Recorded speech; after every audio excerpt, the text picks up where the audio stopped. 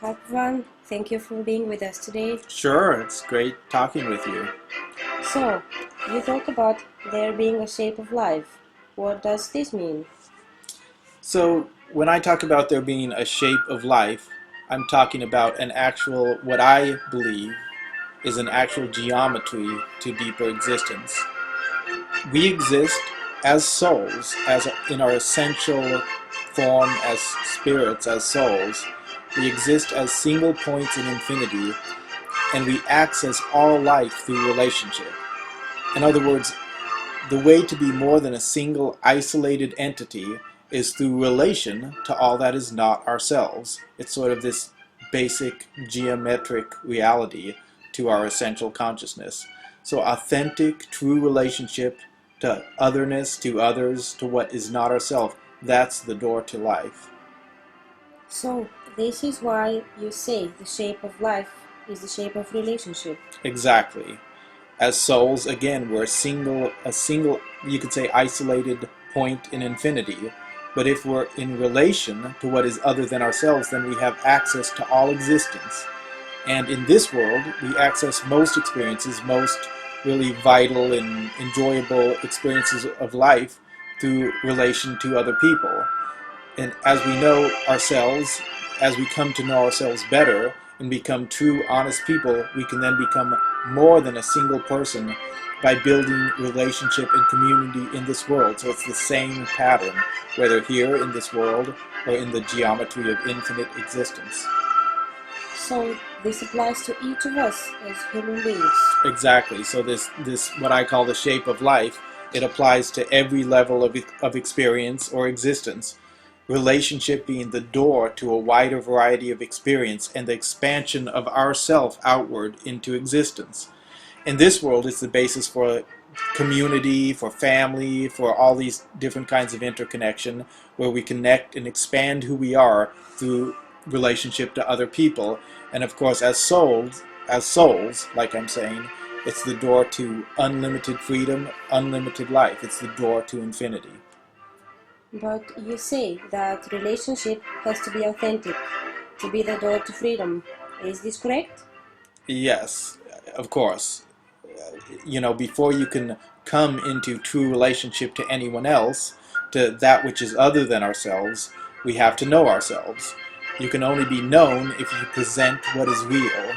That's why being authentic is so vital. You can't be known by someone else if you're not showing them who you really are. And we can't express what is real if we don't know who we are. So honesty, knowing, being honest about who we are, is one of the most important aspects of a journey of awakening. Honesty, I'd say, is probably the most spiritual value that exists. It sounds like honesty is vital. Honesty, I would say, is more vital than almost any other quality other than, I would say, love. When people aren't honest, there is no way to be moral or free or fulfilled. And when we're talking about spirituality, only with honesty can we know who we are. Of course, being honest doesn't mean we have to reveal everything to everyone, or that we have to be blunt or rude in how we present our truth, how we present our honesty. But it does mean that when we present something of what we are, it is who we are. Obviously, we have to know ourselves first. Again, unless we know who we are, we can't be known, and we can't know anyone or anything else, not truly. You are saying knowledge of self is the starting point for all other knowledge? Yes, in every way. As so many teachers have taught us, we must know who we are before we can relate to others. Beyond this, the experience of our own self is the basis for knowing anything at all. From I would say, a philosophical point of view, our consciousness or self is the one thing we truly know for certain, at least before we're truly awakened as souls. Are you talking about what the philosopher Descartes said? I think, therefore I am? I am actually, yes. This is, I would say, what Descartes was talking about is the starting point, which he believed was the starting point of all knowledge, and I would agree with that. I would say knowledge of self in that sense is the beginning, the fact of our own consciousness. We can doubt all things, but we still exist as an experience of doubting, the experience of thought, of consciousness, and I would say self. I do get into this deeper in my book, how our own inner consciousness or self is vital to the existence of reality, all reality being based on inner consciousness.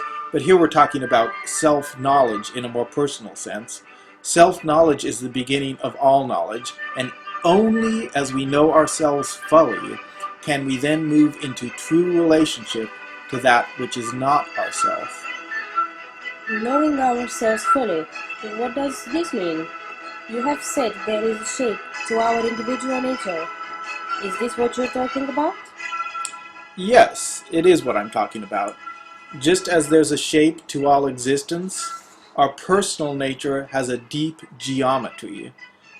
In human experience, this is an experience of duality, because we are both a soul, a deep soul, and we're also the shallow ego mind. We're a soul and an ego. Our soul is the most essential part of who we are, but the ego is real, it's strong, and here in the world it's very strong. Often the ego part of us, the blind part of us, which is often fear-based, this blind and sometimes fear-based part of our minds, this can be completely in control in some individuals here in this world, and this prevents true self-knowledge, and it prevents spiritual development. Knowing the difference between ego and spirit is vital to our spiritual awakening. How is the ego strong in this world? What does this mean? How the ego is strong in this world? It basically means that the ego is the focus of our human experience until we become spiritually awakened. We exist in this universe. This physical reality is a single plane of reality. You could say a flat linear plane of existence. And we exist in this linear plane of reality as a body and an ego mind. But there's also the much broader self, the soul, that is entering into this dimension from the wider existence. So there's a deeper part of us, and then there's this shallow or linear part of us.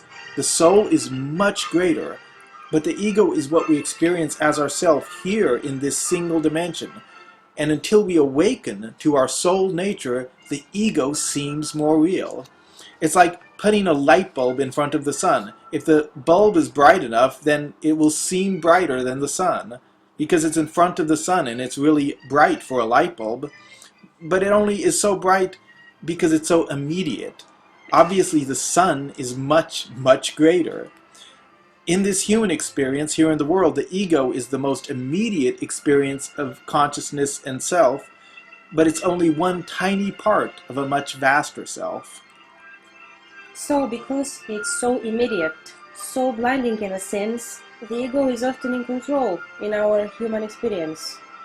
It is, because yes, it can be blinding. The ego desires and fears, they all seem so real when we're not in touch with our greater nature.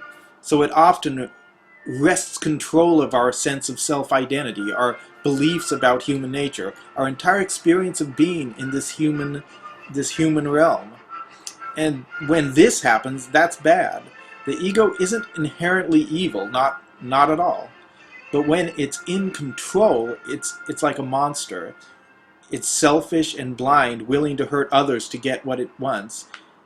It has to learn to submit to the soul, and then it's a vital and perfectly okay part of us. It's a tool for the human experience.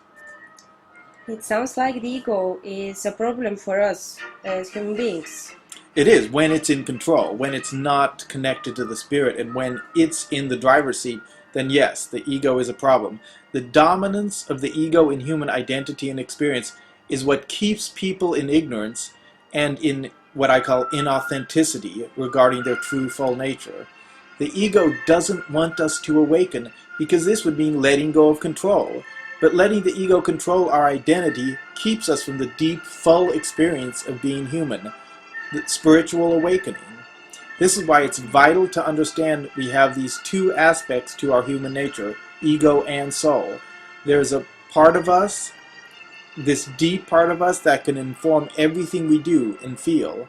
This deep part of us, the soul, lives according to the shape of relationship, and if we follow it, our human experience will become one of right relationship that will lead to real fulfillment and also better culture and ultimately spiritual awakening. Can you talk about the different signs that tell us if ego or soul is at work in someone's life? Sure, yes, I think that's a great question. And there are definitely signs that can tell us whether ego or soul are working in someone's life. The ego is utterly blind to the greater reality in itself, cut off from the spirit. And because it is blind and on its own, it only experiences this one level of reality, it has no faith in anything beyond its isolated self. It's very afraid, and so it's controlling and desperate. It also thinks that it's because it's blind and because it experiences just itself, it thinks it's bigger and more important than anything or anyone else. So the signs of ego tend to be judgment of others, control, control that's not wanted, in other words, controlling someone against their will, desperation, distrust, and definitely fear. So, control and judgment are sure signs of ego.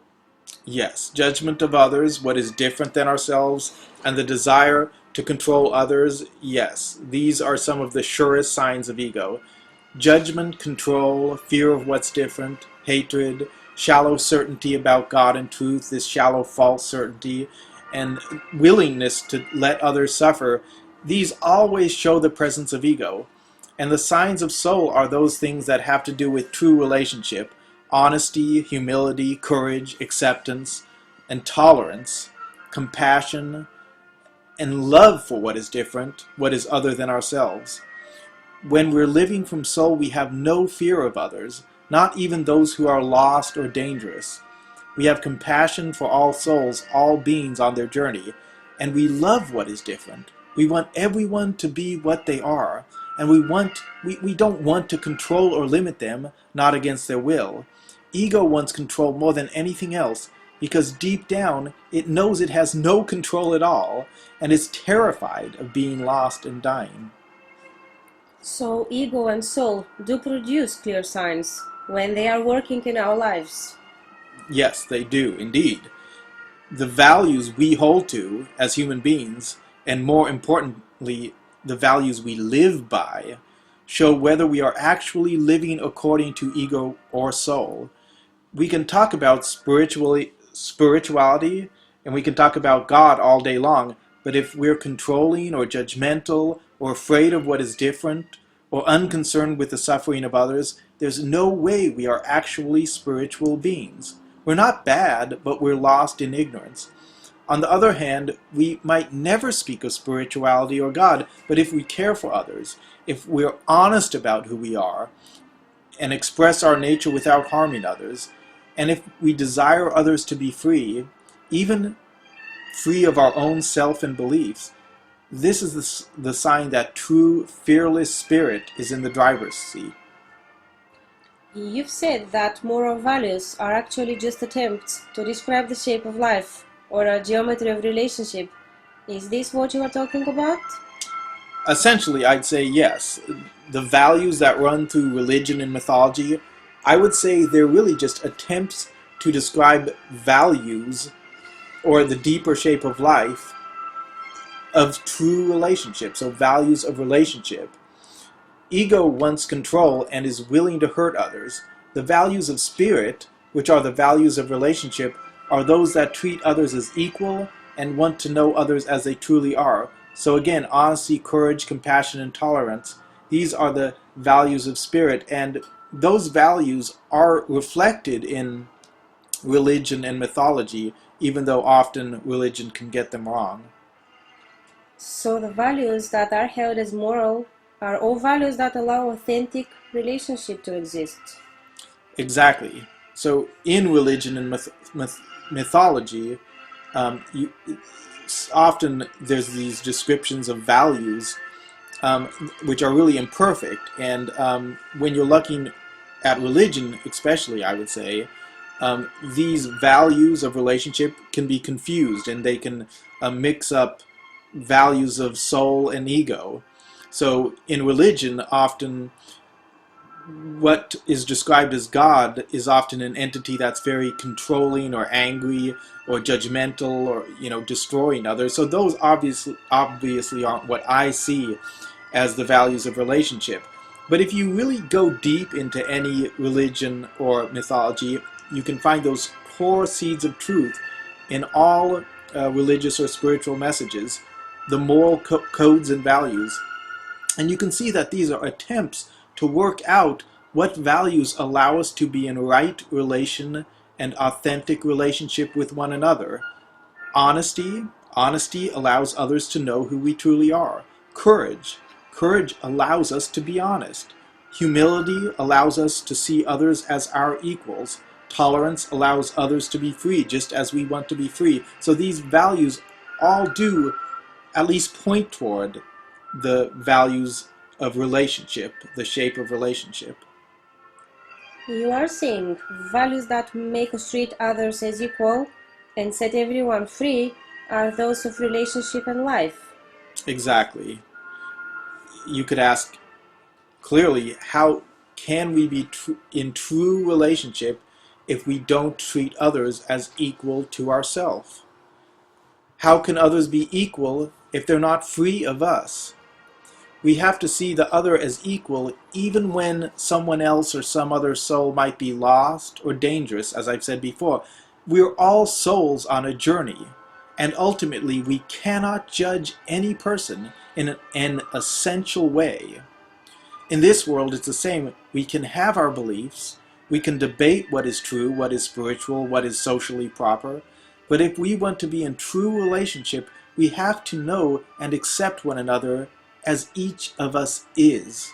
We can't judge anyone for who they are. We just have to ask people not to harm others. But if we can't, but I would say we can't keep judging each other for what someone feels or who we simply are. So, once again, a big part of living according to a shape of relationship is being accepting of things as they are without judgment. Yes, this is probably the heart of relationship. We can work to change things in this world, and we can tell people when we think they're doing something wrong, but we can't try to force our way on others. We have to have conversations of morality and ethics, as well as dialogues about the best forms of culture from a bottom line place of acceptance and equality. We have to accept others as they are before we can work out the details of what is right and wrong. Exactly. We to worry about moral details when we aren't able to live out the basics of right relationship, that doesn't work. When we begin with ourselves, we are much more humble. We see that we ourselves are not perfect beings, and we have compassion on those who are lost or suffering. I think it was the philosopher Philo who said, "Be kind, for everyone you meet is fighting a great battle." In other words, we all have so much we're struggling with. When we're honest about our own struggles, we have compassion toward others, even those who are lost or doing harm. We might work to change things, but we don't do it with hate and fear. We do it with consciousness. We don't try to make the world perfect according to some idealistic vision. This lacks humility. Instead, we ask people to start living by a basic code of relationship and non-destruction, and then seek to work out finer details of moral behavior with grace, humility, and peace. And again, this means beginning with ourselves, looking at ourselves first, accepting all we are. When we're in denial of our nature, it's easy to judge others. So we are back to our own individual experience. Tell us more about what we can do to become authentic individuals. Well, becoming an authentic individual means being honest about everything that we are. It means we don't judge anything we feel. We simply express our feelings in a way that is relational, meaning we don't hurt others. But the most important thing is to know all that is within us, to bring it to consciousness. Then we can make a healthy place for everything we are, and this is how we become authentic, honest beings. You are speaking of integrating all aspects of our psychological and spiritual nature? Yes, it's what the psychologist C.G. Jung, Carl Jung, called the process of individuation, the process of knowing, accepting, and integrating every aspect of who we are, and thus becoming holistic, honest, and awakened beings. We have to be conscious of everything that we are, for only then can we find a healthy way to integrate everything into our overall psycho-spiritual nature. But we can't be conscious if we don't accept our nature, so we have to be radically accepting first. Then we can look at everything that is within us and seek a healthy way to integrate it into our overall nature, to express it in this world. This doesn't mean following every desire. We all have a shadow, and there are some desires that can be harmful. But this is a matter of self-knowledge, being honest about what we are. If there are harmful desires, we should know them, and then the balance of our awakened consciousness, where the knowledge of relationship and care for others is present, then it can exist without being harmful. It's better to know even the darkest desire consciously so that it isn't working in us in an invisible way. That's the problem when something we are in denial of, it's invisible because we don't want to face it. And then it's more dangerous. Once we are truly honest and conscious, we'll find ways to express all desires without hurting others. We won't do everything in the exact way we want to, but we'll understand the shape of relationship. We'll have the freedom to at least express all aspects of ourselves in some fashion. When we're awakened, spiritually speaking, we can express every single feeling and desire within us. We'll just be doing it in relationship without harming anyone else. So, as we awaken, we should be able to express ourselves in any way we choose, any way at all? Absolutely. This is what it means to become who we really are. We express exactly what is inside. We define ourselves in vastly different ways, choosing vastly different forms of expression, relationship, belief. We can do or feel anything we want as long as we're not hurting others. And it's up to each of us to become accepting of this radically unique identity and expression. In other words, it's up to everyone in culture to be willing to make a place for every kind of expression. And if we're not comfortable with something, that's okay, but we still have to allow every kind of expression to exist. So, any expression is okay if it doesn't hurt someone else? Exactly. That's what I would say. As long as we're not actively, immediately harming someone else, in other words, controlling someone against their will or destroying someone, then we can express ourselves any way we want to. So, we shouldn't judge anyone for their feelings or desires? Not for any feeling or desire, no.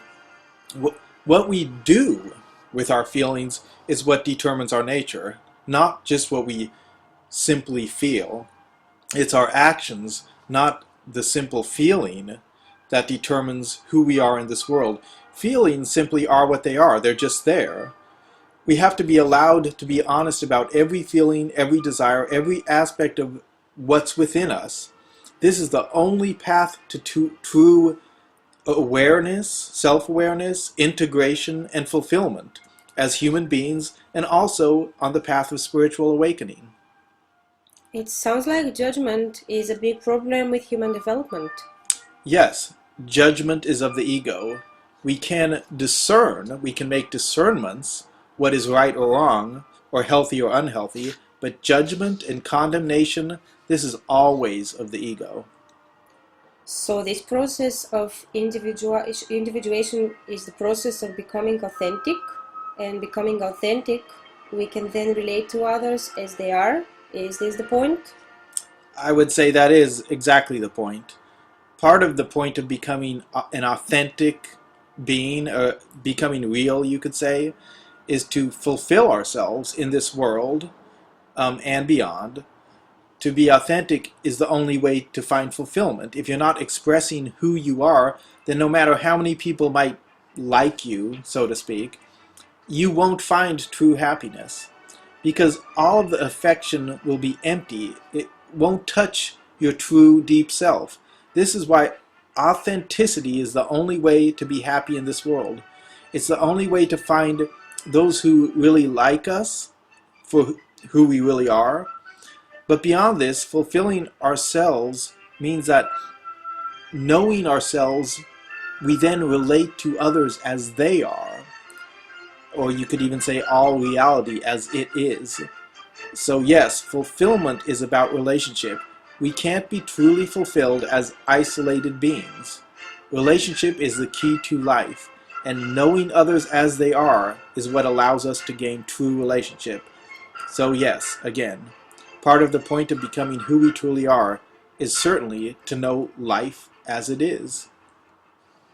On a human scale, this means having honest relationships where we share who we really are. Why is this so frightening to people? Because part of it, I'd say, is we don't want to be judged by others. More than this, we aren't comfortable with all that we are. Too many of us are in denial of our true nature, of the fullness of our nature, and this is because of our ego. We have to understand that sharing who we truly are is the only way to be happy. If you're not sharing your true self, then even when people like what they see, it obviously won't fulfill us because they don't really like us. We won't experience true affection, true relationship, true intimacy. So it doesn't matter if you succeed in this world, if you're well loved in this world, if you're not being authentically yourself. And the way to be authentically ourselves is to get as much of us, all that's inside of us, and to bring it into consciousness, to integrate it, and to find a healthy way to express it here in the world. And when we do share who we really are? When we do share who we really are, then we'll find relationships that allow us to express what's really inside, and thus to truly enjoy what we're experiencing. When we have the courage to be our true self, we'll find those who relate to this thing that we really are. We'll be able to build community and culture that allows us to be real, and this is what we need in the world more than anything. Culture that allows us to be who we are. So this leads into ideas of culture. And you talk a lot about creating a foundation of essential freedom for human culture. Would you like to say something about this? Certainly. Being in authentic relationship means treating others as equal to ourselves. But we can't do this when some people are trapped in social roles that are degrading and oppressive. This creates a sense of enmity and unhealthy, extreme competition with one another. When we're fighting each other for basic resources or for our very survival, it's hard to act as an awakened human family. Obviously, these things go hand in hand. We need spiritual direction to have the vision to change things in the basic social sense, to really change things. But changing things in the basic physical sense is part of the process of bringing humanity to a place of authenticity and spiritual consciousness. Before we can become a spiritual conscious world, we have to set people free physically in the most basic sense of the word. This is what you have called the physical component to spiritual reality? Yes, that's right. We sometimes imagine that spiritual awakening takes place in this sort of vacuum where we're just ourselves awakening spiritually and we don't think about what surrounds that awakening person. But our actual human experience is a huge part of spiritual awakening. The world around us, our relationships, our self as an ego mind, all of this is part of it. And when, as a human being, we are extremely deprived, endangered, physically endangered or oppressed, it's much harder to focus on the process of individuation and spiritual awakening. Before we can expect an awakened humanity, we have to get the basics of social justice and human rights in place. You've said that social justice without spirituality lacks direction, but spiritual truth without social justice becomes empty or even meaningless. I would say that, yes, I have said that social justice with no spiritual foundation can lack real direction or power, but spiritual truth without that element of social justice does become empty. If our spiritual vision, if whatever spiritual vision we have doesn't take the human experience into account, then it can't provide a platform for a awakened humanity, not for humanity as a whole. Certain strong, brave souls will always find the time to focus on spirit, no matter how difficult their physical circumstances. And then there are a lot of people who experience a great amount of fortune and privilege, who follow spirituality in a rather shallow sense.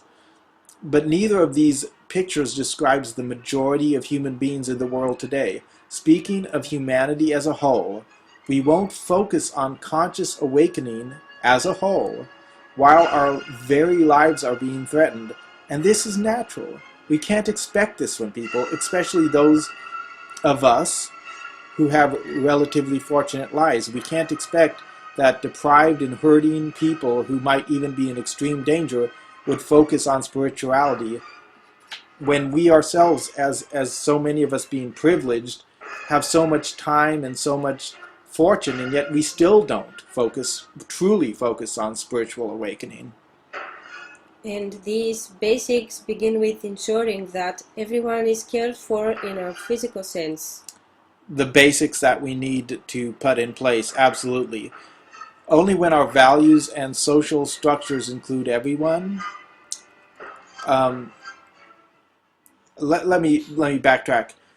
There's ways we could actually design a basic level of support, freedom, and resources into society that's available to all. We could design this foundation, this basic, what you'd call a basic support network for everyone. We can design this into society, and we need to do this. This is how we ensure that everyone is cared for. We have to create living systems that support all people regardless of success or failure. This is the necessary foundation for a free world that runs on liberal and accepting values and is moving toward spiritual awakening. You talk about liberal and accepting values. Are you saying even if you provide basic resources for everyone, this is not enough? Liberal values are also necessary for a free world? Yes, so looking at values now, when our values, like our social structures, when they include everyone, or at least everyone that allows others to live free, that only then will we find the peace and collective trust with one another to focus our collective desires and interest on spiritual awakening. As long as there are so many people being oppressed and we're at war trying to force our values onto others, then spirituality will take a back seat. Excuse me. At least when it comes to the masses, truly moving into a journey of spiritual awakening. That won't happen if we're fighting over details of what's moral and what's not and trying to force our values on others. So yes, the values that will follow from a basic resource and freedom are liberal accepting values that allow all beliefs to exist. So it is a matter of choosing war or peace. It's a matter of choosing war or peace, yes. And ultimately, spiritual self-awareness or ignorance and pain. We as humanity, we can fight forever if we want to. But if we want a better world and to fulfill our true nature, we have to accept each other, support each other, and also be free of one another. No vision of life and society, whether liberal or conservative, can be allowed to force others to obey. Not in a truly free world. Only when we express ourselves and live by our beliefs in such a way that others have the same rights as we do, only then can we ever have peace. And only this kind of peace can open the door to collective awakening. It sounds like this is once again about the shape of relationship. Either we relate to each other as equals, or we are always at war. That's correct. It's our choice, but we can only get to peace through certain kinds of relationship and beliefs. Certain means will never lead to certain ends, not in the long run. We might think we're winning by fighting hard and crying out against things we see as immoral, or maybe, if on the other side, against things we think are too bigoted. But when we are making enemies everywhere in our own minds and hearts, in our own minds creating these enemies that have no place in our vision in the new world we want to create, then we're preventing true healing and collective freedom, and we will always be at war. You are saying this is not about morality, it's just about what we want? In a sense, yes. Remember, what we call morality is simply an attempt to describe the deepest geometry of relationship. So, if we want life, or what we think of as goodness, we have to live according to this shape. And if we know what we want, we need to look at the shape of reality, the deepest reality of relationship, and live according to it. So in the end, it does move beyond concepts of morality. It's just about reality, what is real. In this human world, isn't this the same? People are simply what they are, and it is a matter of seeing what is, and moving towards what we want. Exactly. It's the same in this human world. And this truth begins with human experience. Human beings, at least I would say with human beings, we can only find a free world if we understand our own nature, then express and fulfill it in a relational way, and then create cultures that allow all people to do the same. If we judge others and hate them or fear them, choosing war instead of peace, we'll never get there, and we'll never be able to fulfill our own deepest potential, which has to do with relation to all that exists. So people cannot be judged for their nature, only for what you describe as the direction they are taking that nature in. No one can be judged in any ultimate sense for who they are or what they feel. These things simply are. It's where we're going from where we started and what we had to begin with that makes us moral or immoral beings, or simply determines whether we find true life. People are different. Some people are born into loving homes, some into abuse. We have different mental health and illness. We have different biology and history. Some people certainly present a more healthy, attractive, warm, or affectionate psychology to the world. Some people have more benign or sweet desires, but this is not about how moral we are. We might be lucky and mentally healthy, but we could also be very selfish. We might be dangerous and a little crazy, but seeking to love others with what we are. The outward appearance or social goodness doesn't determine true inner moral worth. So a killer is not necessarily less moral than a law-abiding citizen or the pastor of a church? No, not when it comes to this deeper truth. I would say no. A killer is not always less moral than a law-abiding citizen or, say, a good pastor. A psychologically healthy person might just have healthier preferences. If they never felt horrible desires and actually struggled and grew beyond them, then they're not better than the killer. They're simply luckier. What determines where we are morally is what we're doing with what we were given, the direction we are moving in. If we began with an abundance of love, but are doing nothing with our healthy psyche to help others or to awaken, then we are simply a likable but very selfish person. If we were born into abuse but are fighting to heal, to help others, to challenge our destructive impulses, then we are awakening spiritually, and we are more moral in the deeper sense than a sweet, law-abiding church girl. The direction of awakening and the courage to know what we are and to express it in authentic relationship. This determines our moral nature. It has nothing to do with shallow psychological health or illness. And this is why we cannot judge. Even someone who has done terrible things might be moving toward life in their ultimate journey. We can prevent people from doing harm, but we can never judge the essential soul of any being. We simply cannot see fully enough to do so. Without judgment, is there still a place for discerning what is good and what is not? Well, definitely. As I said earlier, we don't judge, but we do discern for ourselves what is healthy and what is not, what has to do with true life, awakening and fulfillment, and what is part of ego and ignorance. We all make discernments, but the conscious person will do so without judging anyone's ultimate worth or where they are on their ultimate spiritual journey. So, even though this isn't about morality as such, we still decide what is right and wrong. Of course we do. We have to. Discerning what is true or right is the only way to find life or live life, but judging another in an ultimate way is the path of ego. It sounds like there is a pattern here. Don't judge, but discern what is real or right.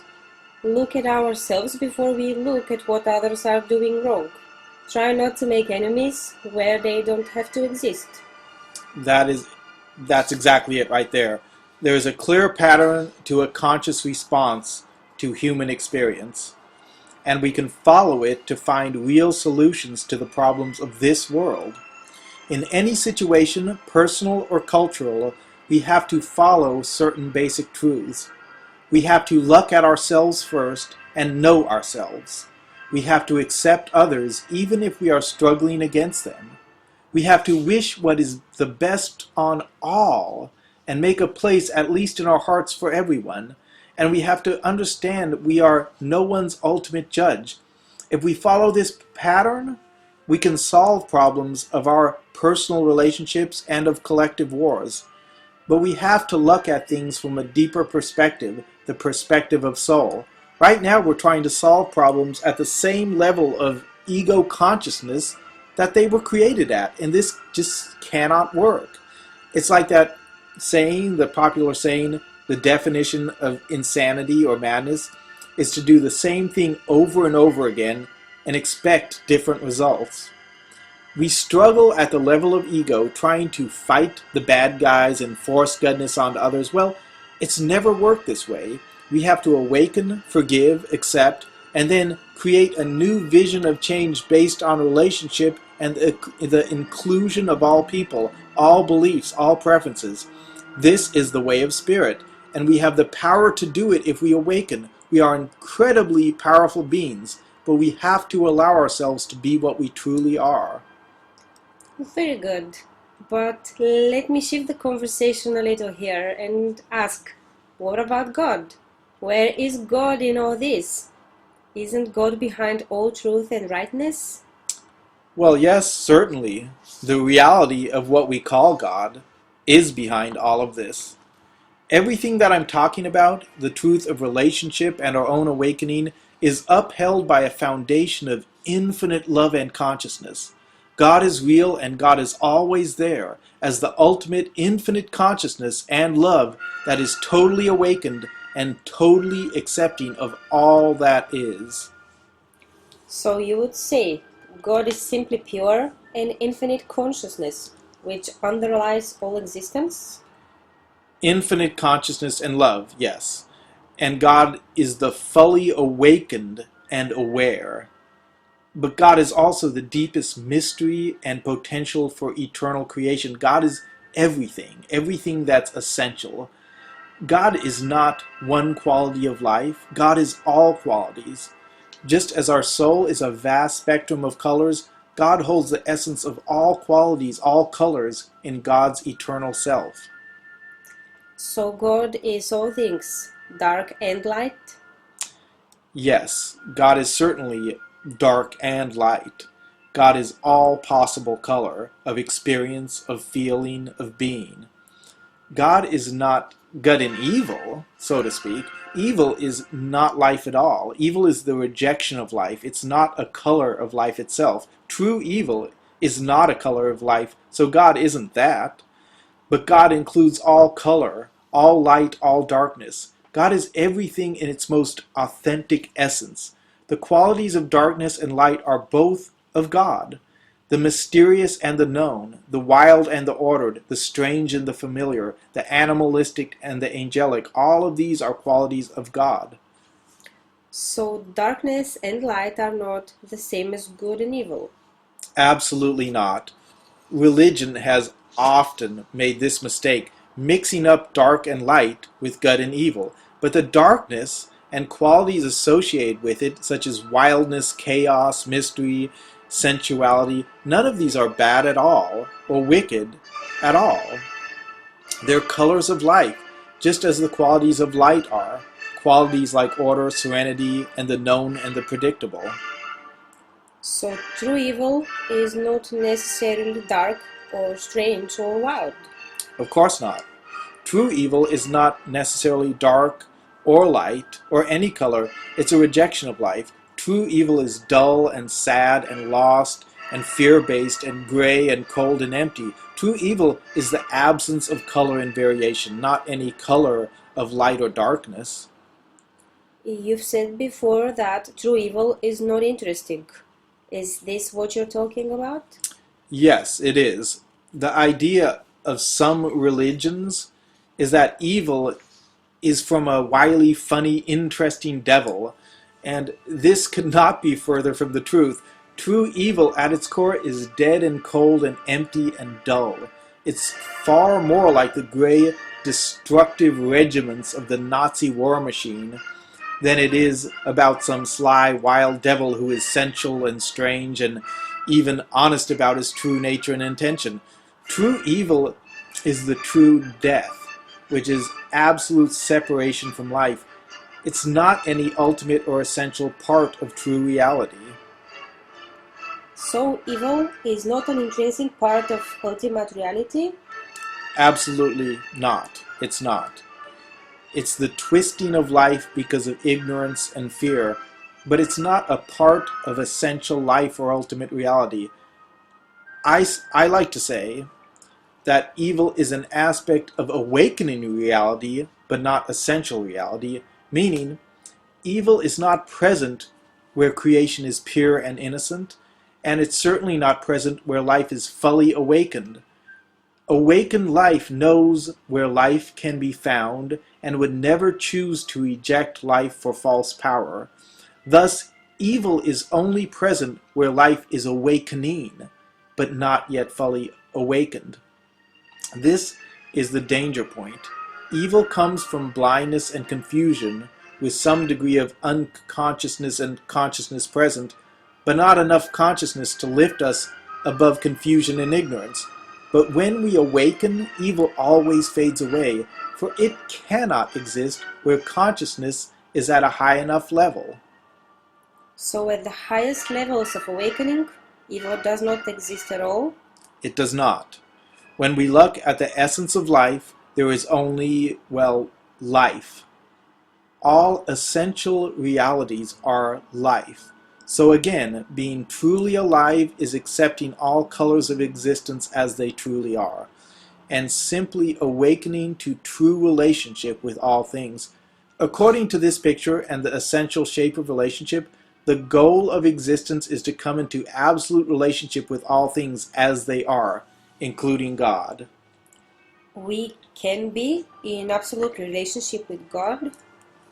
Yes, we can be in absolute relationship with God if we choose to let go of all boundaries and become one with infinity. Then yes, we can become one with God, even as we retain, as we keep our unique primal color of soul.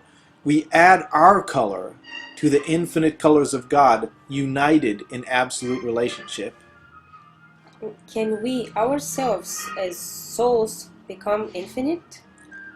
We can become infinite, that is correct. As souls, we don't have to let go of our individuality. But if we want to be all things, so to speak, then we can release our boundaries and be one with infinity. Like I said, we add our color to infinite God, becoming united with all existence through total relationship. You mean we can be totally one, yet still completely individual? Yes, we can. We can add our color to God and keep that color and yet be completely one with God. It's like God is this this infinite sheet, this infinite fabric, but God's not a white sheet without color. God's not a fabric that has no color in it. God is an infinite fabric of all things, but this fabric holds every color in it. Like a single united cloth, God is one, but God is not a colorless cloth. God is a cloth of infinite colors. This is how we retain our individual color while being totally one in God. It's like the idea of the Trinity, one God, three persons. Well, at this essential level of existence, it's one God, infinite persons. God is one, but also all colors, all persons, all united completely in the infinite essential fabric of final consciousness. So our color exists, yet we are still completely united. Our unique color exists, yes, but is completely one in the total relationship of absolute consciousness. Relationship is the key to total individuality and total unity existing as the same thing. These things are not opposed, even though so many people think they are. Relationship allows all things to be one, yet also retain their individual color. This is the deepest essence of life, and it's the vision of unity that can create a true human family right here in this world. Relationship, beginning with knowing ourselves and leading to authentic connection, is the door to all freedom and all life. So, brightening this picture back to everyday life, how can we live according to this vision of total unity and spiritual geometry? Well, to bring it right back to everyday life, knowing we are one in essence, yet still individual, this can inform all that we do right here in this world. This is the issue of personal relationships, how we can be our unique selves yet united in love with another person. It has to do with cultural questions, how we balance individual rights and collective needs. The answer, based on this deepest shape of life, is to simply be totally honest about our color and then to unite with those that allow our color to be what it is and to let others be free of us as we are free of God in the sense that we can reject life if we choose. We can't try to force goodness, that's the point. We have to let people make their own way, and if we're right, we can teach them with peace and never force. We just have to set each other free and then know that uniting doesn't mean giving ourselves up. To unite in true relationship means keeping our color, our self, our desires, our path, but having it all in relationship to what is more than ourselves. This is just simply purely good. There's nothing bad about that. Once we awaken, we'll see that unity in freedom is far better than either forced unity or freedom without connection to others. This is what we need. And seeing this, we can begin addressing all issues in a new way, looking at ourselves first, desiring the best for all, and seeking a unity that allows us to remain free. And we will do this when we awaken to the truth of relationship, the truth that all of existence is waiting for us if we only step through the door of authentic relationship to ourselves and others, and to the ultimate nature of what we call God. Well, that sounds amazing. I would like to thank you for your time. It's been wonderful talking about these things with you. Thank you very much. It's been wonderful talking to you too.